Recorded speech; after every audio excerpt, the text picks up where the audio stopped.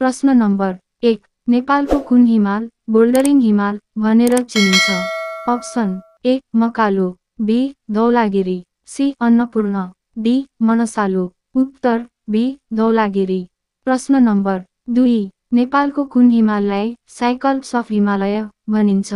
Option A Manaslu, B Sagarmatha, C Dhaulagiri, D Makalu. उत्तर D Makalu.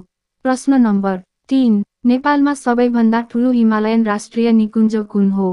Option A Sagarmatha राष्ट्रिय निकुञ्ज, बी लान्टाङ राष्ट्रिय निकुञ्ज, सी सिप्सुङ राष्ट्रिय निकुञ्ज, डी अन्नपूर्ण संरक्षण क्षेत्र। उत्तर ए सगरमाथा राष्ट्रिय निकुञ्ज। प्रश्न नम्बर 4, नेपालमा हिमालहरूको मुख्य क्षेत्र कुन हो? अप्सन ए तराई क्षेत्र, बी मध्य पहाड, सी उच्च पहाड, डी हिमालय क्षेत्र। उत्तर डी हिमालय क्षेत्र। प्रश्न नम्बर 5, सगरमाथा हिमालको अर्को नाम के हो? Option A Chomolungma, B Nuptse, C Makalu, D Dhaulagiri. उत्तर ए चोमोलुङमा। प्रश्न नम्बर 6, नेपालमा हिमाल आरोहणको लागि सबैभन्दा प्रमुख मौसम कुन हो?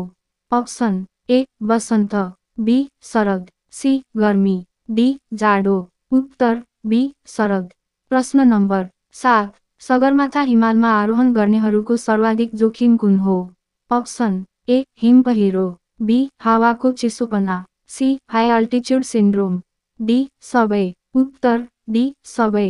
प्रश्न नम्बर 8, नेपालमा हिमाल आरोहण सम्बन्धी सबैभन्दा ठुलो संस्था कुन हो?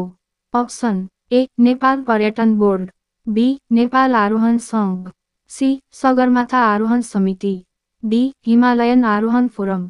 उत्तर बी नेपाल आरोहण सङ्घ। प्रश्न नम्बर 9, मकालु हिमाल कुन जिल्लामा पर्दछ?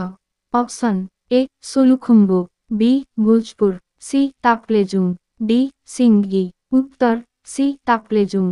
प्रश्न नम्बर 10, नेपालमा हिमाल आरोहणको लागि अनुमति दिने निकाय कुन हो? अप्सन ए नेपाल पर्यटन बोर्ड, बी स्थानीय प्रशासन, सी हिमालयन आरोहण फोरम, डी राष्ट्रिय निकुञ्ज विभाग। उत्तर ए नेपाल पर्यटन बोर्ड।